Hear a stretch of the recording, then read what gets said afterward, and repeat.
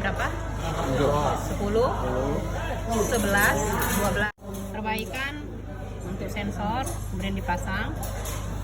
Matikan dulu itu kontaknya. Hidupkan lagi. Nah, di mailnya sudah tidak lagi terbaca, tapi masih nyimpan di ECM. Sekarang kita melakukan presetan dengan menggunakan DLC. Posisi kunci kontak off, kemudian pasang DLC short connector, kemudian kunci kontak di on kan, kunci kontak on, dan masih terbaca kedipannya karena tadi masih menyimpan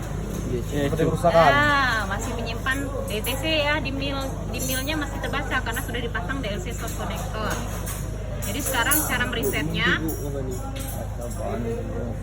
DLC short konektornya dicabut, jangan sampai 3 detik, dipasang kembali, dicabut, dipasang kembali.